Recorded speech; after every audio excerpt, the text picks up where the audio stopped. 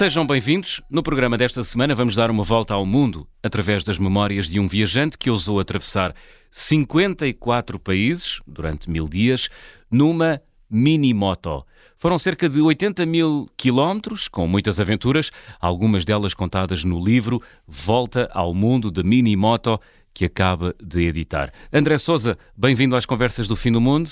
Antes de mais, muito obrigado pelo convite, muito boa tarde a todos. Ora essa, era um namoro antigo, não é? Já andávamos a conversar há muito tempo.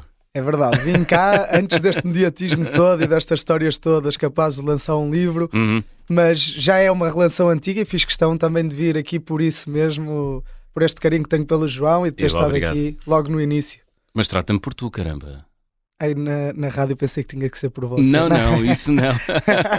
Brincadeira. Olha, vamos falar desta moto que te levou a viajar por 54 países, 80 mil quilómetros, 1000 dias de aventura e superação. Super tremoço, uma moto amarela. Porquê é que decidiste viajar nesta moto que é um modelo muito particular, uma moto baixinha, não é? O desafio foi exatamente ser a primeira pessoa a dar a volta ao mundo numa mini-moto. Nunca ninguém o tinha feito. Então eu decidi... Nunca, com uma mini-moto, nunca ninguém o tinha feito. Então eu decidi, vai ser com esta, gostava o pioneirismo, inspirar outras pessoas, é sempre o meu grande objetivo, é provar que era possível, com a moto mais pequena, dar a volta ao mundo. Ou seja, com um budget que eu tinha de 20 euros por dia na altura, dizer assim, não é preciso ser rico, ir com uma topo de gama e damos a volta ao mundo. Lógico que facilita muito, mas a coragem... Eu acho que é a primeira coisa para dar o passo e arrancar. Claro que sim. 1000 dias a seguir cheguei. São e salvo. 20 euros por dia era o teu orçamento. Mas houve dias em que tu nem sequer gastaste um cêntimo, não foi? Claro, e houve dias que gastei muitíssimo. Sim. Isto não inclui transportes da moto, porque aí torna-se... É ridículo. Aí é sempre a torrar, tinha não é? de ter apoios, claro. Custa mais que a própria moto. A moto é tão pequenina. Muito bem. Mas tu contaste muito durante esta viagem com a generosidade das pessoas que viviam nos países que ias atravessando, é o que eu não digo. É, André? E até esse livro está escrito na primeira pessoa do plural, nós, nunca o André. O André Sousa simplesmente faz parte de um grupo de pessoas que deu a volta ao mundo, numa mini-moto, porque, que eu digo, ninguém consegue dar uma volta ao mundo sozinho. Seja quem for, nem que seja a pessoa mais capaz, não consegue. E então eu agradeço a todas as pessoas que apareceram no meu caminho, que me ofereceram um almoço, que me deram uma dormida, que me seguiam e mandavam uma mensagem que eu lia aquilo e dizia, eu tenho que terminar isto. Não posso regressar a casa durante 3 anos, mas eu vou conseguir fazer isto. Então a viagem nunca foi do André Sousa, foi de todos que apoiaram, os patrocinadores, seguidores, todos. Quando saíste de Portugal, da cidade de Avis, no dia 12 de julho de 2020, já sabias que ias por 3 anos?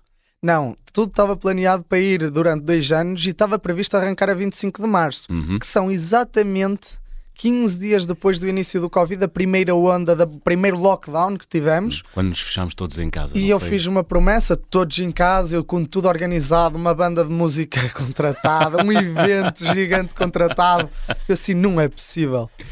Tudo planeado, os patrocinadores já com o apoio dado, tudo. Eu assim, eu vou arrancar. Aconteça o que acontecer, a partir do momento que a fronteira de Espanha abra, eu entro em Espanha e fico o tempo que for preciso entre países e vou, nem que seja na Europa, 1, 2, 3 anos, eu vou continuar e não vou desiludir ninguém. E assim foi. Isto foi uma semana exatamente a seguir a abrir a fronteira de Espanha com Portugal. Foi só o tempo de organizar a partida. Organizo e estava previsto ir para a África na altura. Não me permitiu, fiz a Europa toda em Covid, os custos até foram muito maiores. Estava previsto para 2 anos, passou para 3 e mudei a rota, o sentido. Ou seja, eu fui até à Turquia e quando tive de ir para os Estados Unidos depois, fazer as Américas primeiro, ou seja, dei a volta ao contrário, no sentido oposto. Eu ia de Portugal para este, ou seja, da oeste para este, e depois fiz deste para oeste. Faço as Américas, a Austrália, a Ásia. Quando eu voltei à Turquia, já tinha dado a volta ao mundo, porque eu já lá tinha estado. Ou seja, eu ainda fiz uma volta ao mundo e 1/4 por causa do Covid. Ainda fui à África, fiz outra vez a Europa toda, a África, e termino em Portugal novamente em Avis no dia 8 de Abril, passado 1000 dias de 2023, agora do último ano. Falaste da Turquia, foste apanhado por um sismo. Muitos dos nossos ouvintes provavelmente conhecem-te da tua participação nos canais de informação portugueses, porque tu estavas lá quando se deu aquele grande sismo Foi em que mês? Fevereiro de 2023. De 2023. Portanto, tu entraste a relatar o que se vivia na altura para os canais de televisão portuguesa. Como é que foi esse dia, André? É daquelas situações que eu normalmente até nem gosto muito de falar, porque é como se fosse uma zona de guerra e às vezes até pior. Estarmos a 7 km do epicentro de um terremoto que mata 50 mil pessoas, é aquela situação de pânico que se vive, vê-se coisas que nunca se esquece, e depois foi...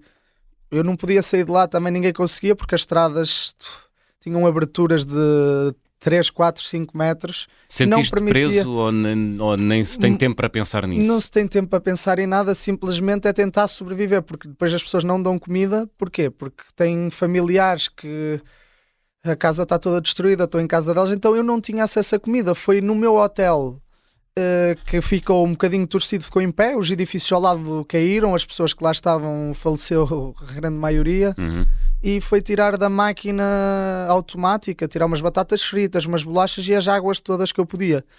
Eu fiquei com meio litro de água por dia, durante os 3 primeiros dias. Só no 4º dia começou a aparecer alguma ajuda internacional e arranjaram a estrada e a começar a chegarem apoios de caminhão e a oferecerem comida. E nessa altura eu também fiz aquele voluntariado para tentar ajudar a tirar os sobreviventes, que à noite estavam menos 3, menos 4 graus, estava neve. Participaste nas operações de busca? Participei, mas não é algo propriamente que eu recordo, não é? Porque são momentos que eu não conseguia dormir, eu tirava, puxava com as cordas, as equipas profissionais entravam, nós puxávamos basicamente corpos com cordas. É o que eu digo, eu quando entregava uma criança, quando era da minha idade, menos mal, vinham da cor do cimento e...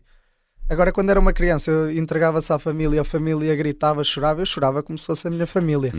Isto é o que eu digo, isto é daquelas coisas, mesmo no livro não está muito a fundo, porque são coisas que me tocam e que eu normalmente nem gosto de partilhar. São momentos que ficam marcados para sempre na nossa memória e não com bom ar e com alegria. Não é? Mas é espantoso a desenvoltura com que tu falas disso, não é? Sim, porque sou um bom comunicador. Agora, interiormente é verdade. É verdade. É verdade. Interiormente é o que eu digo. Eu normalmente até evito as questões da Turquia, são sempre aquelas... Há pouco tive com um cameraman que esteve lá, que gravou-me agora para a televisão e que até tínhamos falado da CNN, e ele diz o mesmo. Eu estive em zonas de guerra, mas a Turquia, ninguém imagina o que é que aquilo foi. Foi muito grande e ele que está habituado a isto ficou igual a mim. Tu estiveste lá quanto tempo na Turquia? Depois do terremoto 6 dias, ou seja, fiquei 6 dias, não é? Depois a fazer as reportagens, tudo, até não aguentar mais psicologicamente e dizer não conseguia dormir, não descansava, as réplicas, o meu hotel estava torcido no avião de dormir, eu tinha que dormir num hotel que podia ruir, tinha de dormir vestido, um banho, nem vê-lo porque não existia água, ou seja, isto para nós faz uma confusão, está 6 dias sem poder tomar um banho, sem... Psicologicamente é um bocadinho pesado. Foi a experiência que mais te levou ao limite nesta viagem de volta ao mundo, André? Foi psicologicamente, foi duro, mas eu tenho outra que é o rapto no Nepal. O ser raptado também mexeu um bocadinho. Aí foi... Partilha. Sim, ser drogado. Quais foram as circunstâncias desse rapto? Eu vou dar assim uns highlights só, porque é uma história assim de meia hora e essa está toda descrita no livro. Que é estar num hotel, chegar ao Nepal, a minha moto chegar naquele dia, eu ir ao aeroporto levantar a moto, porque vinha da Tailândia, temos entre a Tailândia e o Nepal, temos ali Myanmar, que está em guerra civil há vários anos, não se pode passar, então 3.500 euros para mandar a moto, ou 4.000 euros, só da Tailândia ao Nepal. Era a única maneira de poder terminar este recorde. E eu vou receber a moto, chego ao hotel, um francês que eu nem conhecia, que estava no hotel. Começamos a conversar e ele convidou, olha, hoje joga a França para a Copa do Mundo, vamos ali a um barzinho só beber uma cerveja e ver o jogo. Eu, claro que sim, bebi 2 cervejas, acordei a 3 horas e tal de viagem de carro, no meio dos Himalaias, num carro, depois isto tudo se desenvolveu, descobri que tinha sido drogado na bebida, reagi, levei uma carga de porrada, como se diz em bom português. Pancada. E abriram-me a cabeça em 3 sítios. Eles achavam que eu ia morrer, eles fugiram, assim mesmo, olha, agora já não serve para nada. Eu consegui levantar-me, todo atordoado, chegar a uma estrada, levaram-me a um hospital numa carrinha de caixa aberta, entrei em hipotermia. Então os dias seguintes a este rapto, isto depois tem muita coisa no meio, a mesma meia hora, histórias mirabolantes, mesmo loucas, como aconteceu isto tudo, é mesmo ridículo. E então, quando acordo no outro dia, não é? É quase, para além da ressaca da droga que dão, não é? O cérebro totalmente... É muito mau, uma pessoa fica ali com uma depressão ali, ixi, como é que isto E aconteceu? provavelmente também atordoado da pancada, não é? Sim, tudo, todo cozido, sem ninguém, num hotelzito no meio do Nepal ali, que saí do hospital e ir para um hotelzito e estar ali que não me poder mexer, muito mal, informar a família que ninguém sabia de mim há 2 dias. E esta parte também foi bastante difícil do De rap. gerir. Sim, psicologicamente, pois já são as melhores histórias, mas os dias seguintes são duros. Pois são boas porque sobrevivemos, não é?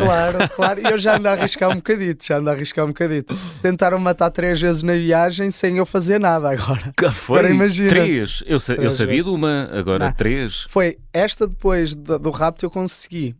Foi ridículo até. Quando eu estava no chão cheio de sangue, só havia um que falava Lá no inglês. Nepal. Sim, lá no meio dos Himalaias, quando eles me batem e eu estou no meio do chão, eu virei para o único que falava inglês, que era um rapaz de 1,80 m, rastas. Ou seja, tinha uma fisionomia que era difícil de esquecer. Mas muito era diferente. nepalês? Depois era indiano, depois eu descobri, mas eram indianos. Havia nepaleses e indianos, mas a maioria indianos. Eu virei para ele e disse: epá, para que é isto tudo? Pá, vais à internet e metes Around the World on a Minibike e vais ter notícias em todas as línguas sobre esta volta ao mundo tentar ser a primeira pessoa. O rapaz ouviu aquilo, fugiu. E não é que ele chegou a casa e pensou: agora quero ver se ele morreu ou não morreu. E seguiu-me no Facebook. Eu mal vi. Um rapaz, Portanto, rastas e com um revólver, uma Sim. pistola a apontar para a câmara, era a foto de perfil dele. Eu era assim: é este, foi só ir à polícia. Olha, este é o primeiro, meu amigo. E comecei: olha, o bar foi este, câmaras do bar. Pumba, havia a miúda que me drogou, tudo, que nem falei com ela. Portanto, todos eles tiveram a imprudência de te seguir depois nas redes sociais. Não, só aquele. Então Só aquele aquele. foi. Apanhamos logo o grupo, todos Depois tinham foi um puxar cadastro. o novelo, não é? Depois foi puxar o novelo, depois a matrícula do carro onde me meteram, ainda por cima era um táxi onde um deles trabalhava. Portanto, olha, aí está um benefício das redes sociais. Depois queriam-me matar, porque eu fiquei 7 dias, autodetenção, tudo. E depois a polícia disse assim: André, vais ter que ir embora que eles vão-te apanhar. Pois. E eu aí tive de fugir. Outra foi quando foi preso no México, que é a história exclusiva do livro, que toda a gente sabe que eu fui preso, ninguém sabe porquê. Em Sinaloa, num dos estados mais perigosos do México, da terra do famoso El Chapo Guzmán. E então, outra foi na Grécia. Uma questão também muito louca, que salvei um senhor e depois queriam matar. Mas não vamos a essas histórias. Porquê? Porque são sempre histórias assim loucas. Muito bem, a do México deixamos para os leitores, mas já agora gostava de que partilhasses com os ouvintes da Rádio Observador. Não vamos contar essa, também está no livro. Também está no livro. Tá Mas depois vendes o livro com a do México, vá lá. Podemos ir a outras interessantes. Tu és um esperto. Mas portanto, então responde-me a esta pergunta. À terceira vez na Grécia, já tinhas ferramentas dentro de ti que te permitiam lidar com uma ameaça de morte de outra forma, ou nunca se aprende? Não, e porque essa foi logo a primeira. Essa foi logo no início da viagem. Depois foi México, depois foi Nepal. Foi a última vez. Então faço a pergunta ao contrário. No Nepal já tinhas desenvolvido ferramentas que te permitiam encarar a ameaça de morte de outra forma? Ou seja, quando nos querem matar, eu aprendi o truque, é fugir sempre de madrugada. O resto do pessoal está a dormir, quando te forem a querer apanhar já lá não estás. Essa eu aprendi. E cumpri sempre. Sempre 5 da manhã está o André a arrancar. Com a sua mini moto, ou uma média de 50, 60 km/h. Lá vai ele por ali fora. Muito bem, estamos a falar da mini moto, uma moto pequenina que tu apelidaste carinhosamente de Super Tremoço. Porquê? Qual o nome mais português que Tremoço? Tremoço é uma coisa super tradicional portuguesa que só nós entendemos. Podia ser a Super Desenrasca. Sim, mas Ou a Super desenrascar. Desenrascanço. Mas isso há em todo lado, no mundo inteiro há desenrascanço. Agora o tremoço é aquela coisa. E depois a moto era amarela, não é? Daí o tremoço. E também vem de uma anedota que quando eu era criança, muito ridícula, que eu nunca entendi aquela anedota, que é: era miudito com 10 anos e os miúdos diziam assim: o que é um ponto amarelo no meio do universo? E toda a gente é um super tremoço. E aquilo ficou-me para sempre no cérebro, tão seca, tão ridícula. Eu era assim, Super Tremoço é um nome super interessante para meter na moto. Muito bem, e explicavas às pessoas, contavas o nome da moto às pessoas? Contava e dizia que era super português e depois a tradução era difícil. Normalmente eu até mostrava fotos no Google porque ninguém conhece, não existe. Isto só é vendido em Espanha como tradição portuguesa. Em alguns lados consegue-se encontrar, o resto do mundo não existem tremoços. Ninguém come tremoços, só os portugueses. Nem nas comunidades portuguesas comia bacalhau, na Austrália. Acho que nem os portugueses mandam termossos pelos próprios nas comunidades. Olha, falas dos portugueses espalhados pelo mundo, diz-se, não sei se é um mito, que há portugueses em todo o lado. Qual foi o português mais isolado que tu encontraste nesta volta ao mundo, André? No meio da Bósnia, encontrei um português que foi para lá para a guerra, na altura da guerra, com a Sérvia e... Foi para lá para a guerra para combater? Para combater, tropa especial.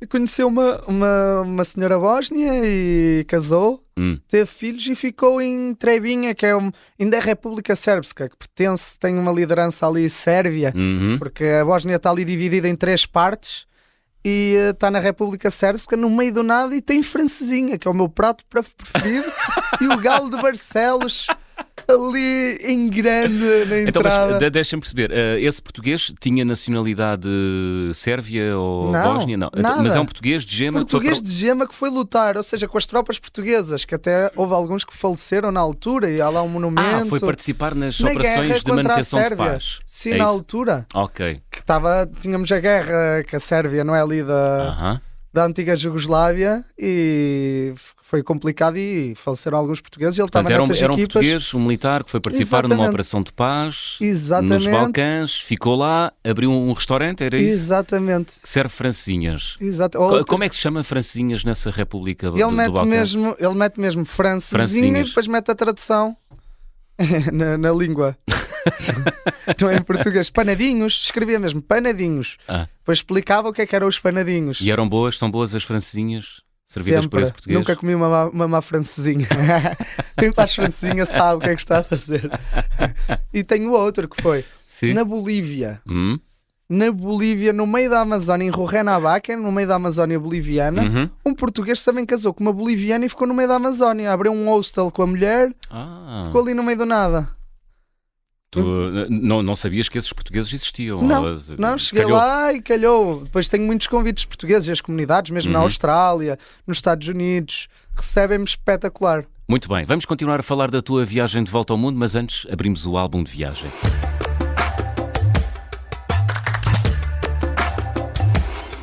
André, guardas algum objeto em casa que tenhas trazido das tuas viagens? Porque já fizeste outras de moto. Guardo, que eu digo, eu sou muito desapegado a bens materiais, porque quando se anda 1000 dias na estrada, nada sobrevive. E tudo ou roubam, mesmo havia recordações que me davam, eu colocava na moto e desapareciam, porque as pessoas veem, gostam, levam, e não aguenta a resistência de anos na estrada. Sim. Então sou muito desapegado. A única coisa que aguentou a volta ao mundo todo e que eu dava muito valor àquilo era uma coluninha pequenina daquela JBL. Porque era a minha alegria chegar à tenda e meter uma musiquinha. Estava na praia com os amigos, pumba, metia ali uma musiquinha. Era a minha parceira, era quase a minha companhia quando eu estava sozinho no meio do deserto na tenda. E foi a única coisa que, toda enferrujada, à prova d'água, caiu já no mar, em todo lado. Andava a rebolar, às vezes caía-me da moto, andava a rebolar no chão e sobreviveu até Portugal. Acho que mais nada, tudo o resto... malas foi substituído porque não aguentavam a dureza desta aventura. Muito bem, estamos à conversa com André Sousa, fazemos aqui uma curta pausa, regressamos já a seguir para continuar a nossa volta ao mundo em Minimoto. Até já.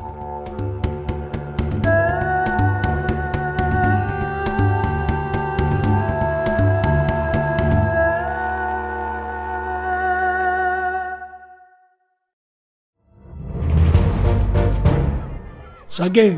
Tirei a faca. Fui, empunhei e mesmo no momento em que... Esta é a história do padre obcecado com a infiltração do comunismo na Igreja que tentou matar o Papa em Fátima. E do misterioso segredo fechado num cofre que os unia. Assume-se como um protegido pela Virgem de Fátima. Matar o Papa É uma série para ouvir em 6 episódios e faz parte dos Podcast Plus do Observador. Pode acompanhar todas as semanas no site do Observador, nas plataformas de podcast e no YouTube.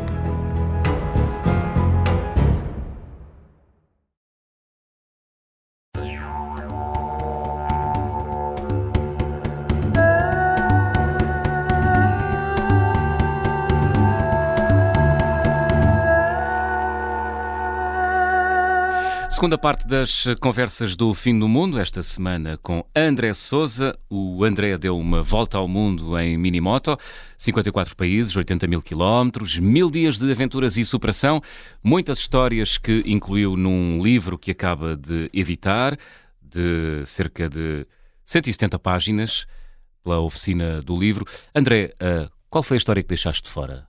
Essa parte há ali situações no México que eu não posso falar. Porquê? Deixa de fora.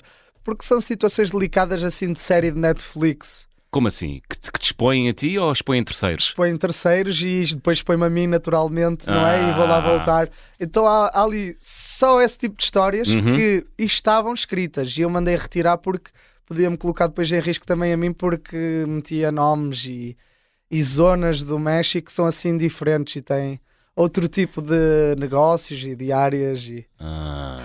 Não queres levantar um bocadinho o véu? Não se pode. Não se pode. Não, olha... Senão estava no livro. Olha, falaste há pouco da Bolívia, onde foste encontrar um português lá perdido no meio da Amazónia. Fizeste a chamada Estrada da Morte. Fiz, já... Dizem que é a estrada mais perigosa do mundo. É não, mesmo? Não é? Não, mais perigoso. Fiz a Estrada Fantasma no Brasil, por exemplo, que essa é mesmo no meio da Amazónia. E aquilo na altura de chuvas fica em pura lama. Para se fazer 400 km eu demorei uma semana. Depois é complicado para dormir porque há onças. Onças no Brasil são jaguares para nós. Então é muito perigoso e tem que se encontrar ali uns pontos de apoio que andam há anos a tentar construir lá uma estrada e para ser aprovado. Então tem máquina até para ajudar quem quer lá passar, retirar e há várias histórias, até que se pesquisar, pessoas que sobreviveram com autocarros avariados. Houve um de moto como eu que chegou e sobreviveu porque a moto avariou-lhe no meio da Amazónia e ele começou a dormir no autocarro e foi aí que sobreviveu. E eu tive que fazer essa estrada obrigatoriamente na altura do Covid, porque passei em Manaus, na altura da estirpe de Manaus, da variante de Manaus brasileira, que era das mais mortais.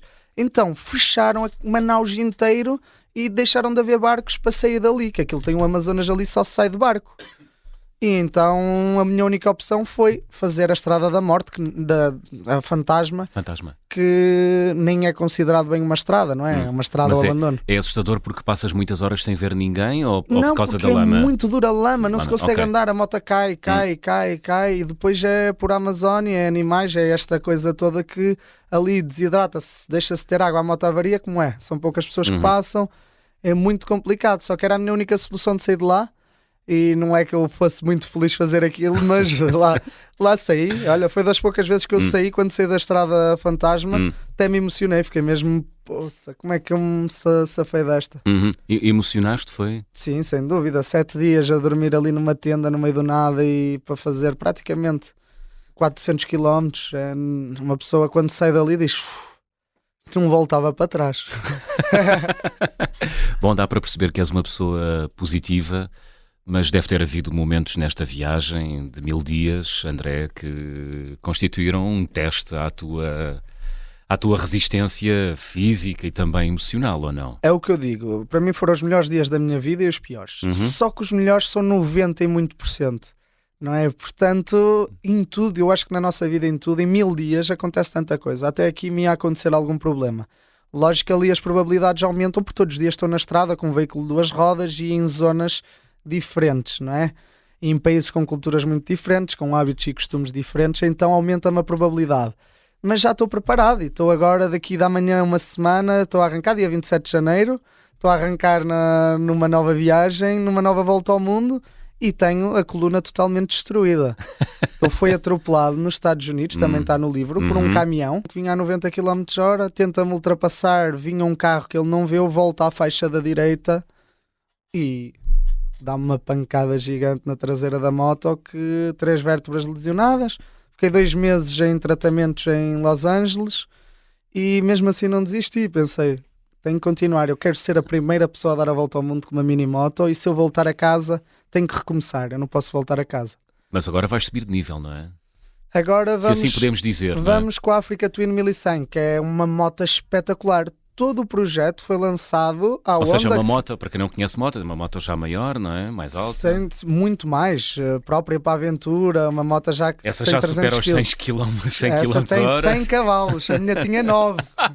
Portanto, tem mais de 10 Foste vezes uma a moto ou com potência. uma motosserra? Olha, uma motosserra se calhar dava mais, que era há 2 tempos. E então, porquê com esta moto? Eu apresentei um projeto, o objetivo é uma nova volta ao mundo. Uhum. E agora, como primeira etapa, temos Polo Sul, Polo Norte, do Ushuaia ao Alasca. Porque já que eu fiz a longitude toda do mundo, todos os continentes e os 360 graus, agora gostava de fazer as 2 latitudes máximas possíveis de mota, Uhum. que é a famosa Pan-Americana, a estrada maior do Exatamente. mundo. E estamos a falar de 50 mil quilómetros, e só esta primeira etapa durar de 1 ano a 1 ano e meio. Portanto, e porquê a Africa Twin? Que era a tua pergunta ao João. Porque eu apresentei o projeto à Honda com uma Monkey novamente, porque para mim a Monkey, a Minimoto, é o challenge, é Uhum. o desafio aqui. E apresento, e a Honda diz-me assim: André, acho que tu tens 80 mil seguidores no total nas tuas redes sociais, pergunta aos teus seguidores que moto é que eles querem e eles escolhem-te a moto. Era assim, boa ideia. Então meti nas redes sociais: olha, vocês vão escolher a moto da minha próxima aventura. Achar que a Monkey ia ganhar. E ganhou essa. E E claro, a marca ficou 25 contente. mil votos, 25 mil votos, 25 mil votos, e 74% vota na Africa Twin e só 26% na Monkey. Então olha que chatice, que agora vou mais confortável e mais rápido. E a marca ficou contente, claro. Tem um Não modelo- sei, tem o tem um custo modelo também é novo. muito maior da moto, Isso para eles né? não é nada, não te preocupes. Mas eu é que fiquei contente por um Olha, lado.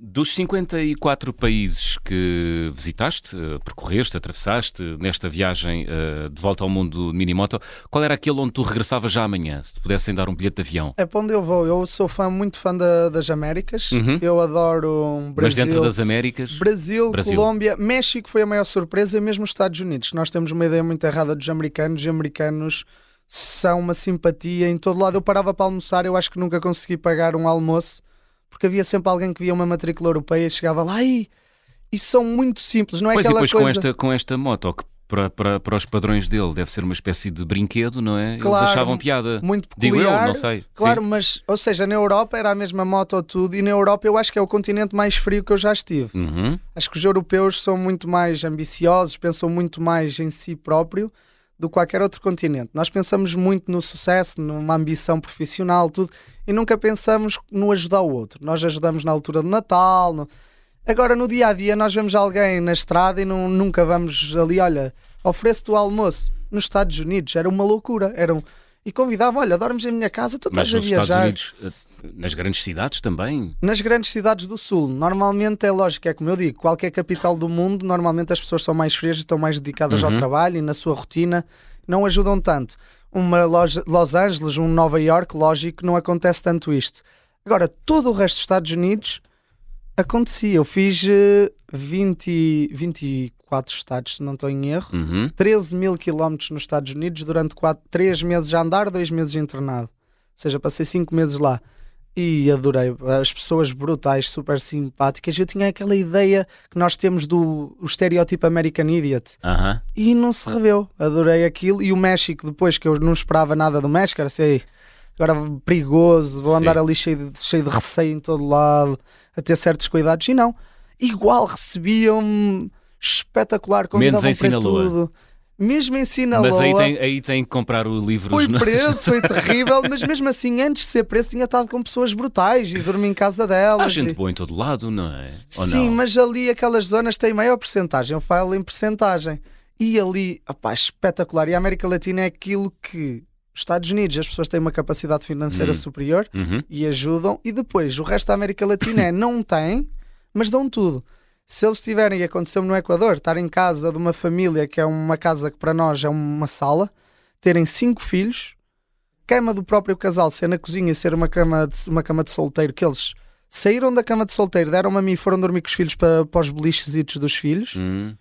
E chegarmos à hora de jantar, arroz, plátano frito, que é como a banana frita, e feijão, e só a mim é que meteram um pedaço de carne, porque eles não comiam carne porque a carne é uma comida cara, É um luxo? é um luxo. E eu disse imediatamente, era assim, eu nem morto comi este pedaço de carne. Se é para comer, dividimos por todos e todos comemos um bocadinho. Eu não a como. Sim. E é o que eu digo, são aquelas pessoas que às vezes valem muito mais que qualquer dinheiro, qualquer bem material e que nos enche o coração. E estar ali um bocadinho a conversar com eles e poder partilhar um bocadinho de Portugal, do que é a Europa, de uma certa... Provavelmente a maior parte das pessoas com quem te encontraste nem sabia ou sabia onde é Portugal. Sabia. E eu acho que o nosso maior embaixador é o Cristiano Ronaldo e meteu-nos muito no mapa e aconteceu-me coisas como na Indonésia, estar ali com a polícia e eles a reclamarem comigo que era preciso um documento que eu tinha aqui não sei aonde, não sei quantos quilómetros para ir buscar o documento e implicarem. A partir do momento em que eles dizem, mas de onde é que és? Portugal. Eles, não, Cristiano Ronaldo, dá para tirar uma foto, meu. Esquece lá o documento, pá, a gente quer uma foto, eu nunca conheci um português, meu. Conhece o Cristiano Ronaldo? E eu digo sempre, epá, não é meu amigo, mas já foi ver, já ouvi, não é? Vou ver os jogos e tal, já ouvi nos jogos. Deixa-me tocar em ti. E eles tiram fotos, é mesmo Incrível. o delírio de ser português. Eu É o agradeço nosso maior muito, embaixador, pá. não é? Eu agradeço muito e há certos portugueses. Provavelmente, não deve ser mesmo. É mesmo o português mais citado em todo o mundo, não é? E meter-nos no mapa e Exato. opa, é fenomenal termos um português que nos possa marcar tanto o país e positivamente. Muito bem. Olha, André, qual foi o maior mito ou o maior estereótipo que caiu, ruiu, desapareceu da tua cabeça durante esta viagem? Eu ia mais para um Paquistão. Eu tinha a ideia Paquistão só terroristas, sim. Há uma zona que eu fui obrigado a ser escoltado durante 1500 km que a polícia vai de metralhadora todos os dias, dorme à porta do hotel, que tem hotéis específicos. Quando não há hotel, tem que dormir nas estações da polícia, nas quadras da polícia, nas prisões, ia dormindo naquelas zonas. E o resto do Paquistão, as pessoas super simpáticas, aquela zona é escoltada e as pessoas são boas, só que é uma zona muito próxima ali ao Afeganistão que tem 30 e tal grupos terroristas. Todo o resto, ali encostado à Índia, Lahore, Islamabad, a capital, construída de raiz basicamente para ser capital, como acontece com Brasília, uma cidade super organizada, as pessoas super simpáticas, com tudo. Portanto, e eu tinha aquela ideia do Paquistão que era mesmo quase uma zona de guerra. Tem zonas assim piores, mas e as pessoas nunca imaginei que eram tão hospitaleiras, tão uau, como no Irão. Tu chegaste a entrar Todo no lado. Afeganistão ou não? Não, o Afeganistão Ok. também não se pode. Afeganistão e Síria são dois que não emitem vistos. Entrei, fiz Irão, Paquistão, Iraque e depois subi para a Turquia, que foi quando aconteceu o terremoto ali encostado à fronteira da Síria. Ok. Olha, e qual foi a maior surpresa desta viagem? A maior surpresa eu acho foi ter criado famílias no caminho. É sério. bonito. Pessoas que eu ia ficar uma noite, acabava por ficar 15, como foi o caso de um americano em Dallas que me recebeu em casa. Tinha um museu com 72 motas dentro de casa. Uau! E tínhamos muito em comum, a paixão pelas duas rodas que nos unia. E ele começou a considerar-me como um filho adotivo. E no aniversário de 72 anos dele, esteve aqui em Avis, no dia 8 de Abril, a receber-me. Veio dos Estados Unidos de propósito Uau! só para estar cá e ver-me a chegar. A sério? São coisas que enchem o coração a qualquer um. E é o Claro que eu que digo. sim. Eu viajo por pessoas. Não é por edifícios antigos, como eu digo. Uhum. Ou seja, eu visito os monumentos por cultura histórica de cada país e para a minha cultura geral. Agora, o que me move a viajar são pessoas e experiências. Então eu baseio muito na relação interpessoal e para mim é o que mais me enche e o que me move. Muito bem. Falaste do regresso. Como é que foi esse dia? Como é que se lida, como é que se chega ao fim de uma viagem de 1000 dias, André Sousa? Quando eu cheguei à fronteira no dia antes do domingo de Páscoa, que é um dia difícil para qualquer pessoa que quer estar em casa com a família, e tinha mais de 500 motas na fronteira de Espanha, não é no lugar do evento, à minha espera, eu fiquei pasmado. Eu era assim, isto não é possível. Uma pessoa fica toda arrepiada, fiquei todo dormente. Choraste? E quando cheguei à Avis, passei os arcos, não aguenta. E eu não choro, eu sou aquela pessoa muito Os Arcos? fria. A aldeia dos Arcos? Não, Não, em os Avis tem arcos o da Avis, arco sim. da Câmara Municipal, Ok. que foi de onde eu parti. Sim. Então, de onde eu parti, quando eu vi que cheguei, aí vi o meu pai, que não via o meu pai há 3 anos, Uau. né? Aí vi tanta gente, tantas motas, tudo a buzinar, a polícia a escoltar, aí caíram umas lágrimas e eu que não choro, fiquei até um bocado, pá, fogo, não devias, André, cedeste. Foi o único dia em que choraste destes 1000 de viagem? Não, olha, como te disse há pouco, eram umas lágrimas quando saí da Estrada Fantasma, mas foram, olha, foi das poucas vezes. Não me lembro de mais, assim, que me tivesse emocionado, assim, porque é raro, eu evito, sou aquele estereótipo de pessoa que não podes chorar. Olha, estamos a chegar ao fim, ainda não temos tempo. Gostava de falar da tua viagem de 2018. Fizeste uma viagem de 120 dias, percorreste 11 países da América do Sul, não foi? Exatamente. Deste o nome a este projeto The Lost Mohican Adventure. Fica para outra oportunidade, quando regressares da tua nova volta ao mundo, que vai começar daqui a uma semana. Estamos a chegar ao fim, André. Vamos fazer check-out? Vamos lá. Vou-te pedir para completares as habituais frases do programa. André, na minha mala vai sempre. É o que eu digo, não sou muito de Sim. bens materiais, mas é a minha coluninha que falamos já há um bocado. Essa tem que ir e vai outra vez. A que sobreviveu, não é? A viagem com mais peripécias que realizei até hoje. Sem dúvida esta volta ao mundo. Esta claro. é imbatível, acho eu. Mas a outra anterior, a 2018, também teve momentos tensos mas e é o que eu digo. periclitantes. Sim, só que em 1000 dias também a probabilidade é maior, aconteceram muitos mais. Isto de ser preso, raptado, atropelado, é imbatível e terremoto, Está tudo no livro. está tudo. O carimbo de passaporte ou o visto mais difícil de obter, De onde falamos, Paquistão. Muito difícil, mas valeu a pena. sem dúvida. E é preciso um advogado, é preciso ali cartas de chamada, um problema grande, mas foi possível. Lá se fez. A recordação de viagem mais cara, Olha, quando eu fui atropelado, não foi eu que paguei, mas o seguro do caminhão pagou $40.000. Portanto, é uma recordação na cabeça bem cara. E nas costas, está aqui marcada. Vou levá-la para sempre comigo. As 3 vértebras lesionadas. a refeição mais estranha, qual foi? Olha, comer pitão. Pitão, Uma cobra. A pitão na Indonésia. Na altura das cheias também não havia comida, os caminhões não passavam. Mataram uma pitão de 2 metros com caril. Arroz também está tudo no Instagram, no Ride That Monkey, que é a minha página. Também para quem quiser seguir. É bom, pitão? Come-se. É bom. É tipo, parece um frango ali. Não é nada mau, a sério. Com caril, sabe a caril? Olha, gostava de viajar com? Eu gosto muito de viajar sozinho, mas se eu escolhesse uma pessoa, acho que ia assim para um Valentino Rossi, que é aquele ídolo das motas. Ok. Iria assim para o lado do motociclismo, que me apaixona. Portanto, escolhia o italiano. E ias na mesma moto ou em motas diferentes? Em motas diferentes. André, chegámos ao fim. Que música escolheste para fechar a conversa do fim do mundo desta semana? Eu é sempre o Homem do Leme de Chutes e Pontapés, que é a letra que representa a minha aventura. Ouviste muitas vezes essa música? Na Sem viagem de dúvida, volta e ao mundo? Chutes e Pontapés foi o que eu pedi à banda no meu regresso. Tenho que tocar todas de Chutes e Pontapés.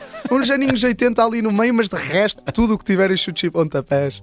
André, boa sorte para a tua nova volta ao mundo, que arranca no próximo sábado. Vai Muito com obrigado. calma. E agradeço a todos os nossos ouvintes e digo, quem quiser seguir no Ride That Monkey no Instagram e acompanhem a nossa nova volta ao mundo, e no YouTube também vamos investir. Muito obrigado a todos. Boa viagem, André. Estamos de regresso de hoje a 8 dias. Homem do Leme, Chutes e Pontapés a fechar a conversa do fim do mundo desta semana. Sejam bons e boas viagens. Sozinho na noite, um barco ruma para onde vai, uma luz no escuro brilha à direito, ofuscas demais, e mais que uma onda, mais que uma maré, tentaram prendê-lo, impor-lhe uma fé, mas vogando à vontade, rompendo a saudade, vai quem já nada teme, vai o homem do leme. E uma vontade de rir nasce do fundo do ser,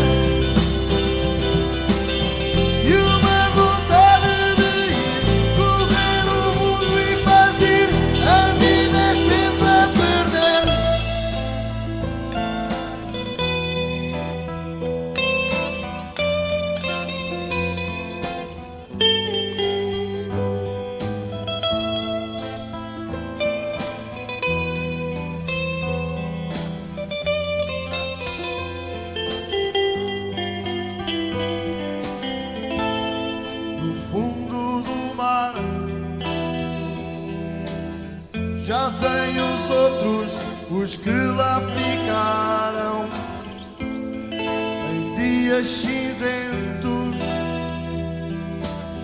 descanso eterno lá encontraram, e mais que uma onda, mais que uma maré, tentaram prendê-lo, impor-lhe uma fé, mas vogando à vontade, rompendo a saudade, vai quem já nada teme, vai o homem do leme.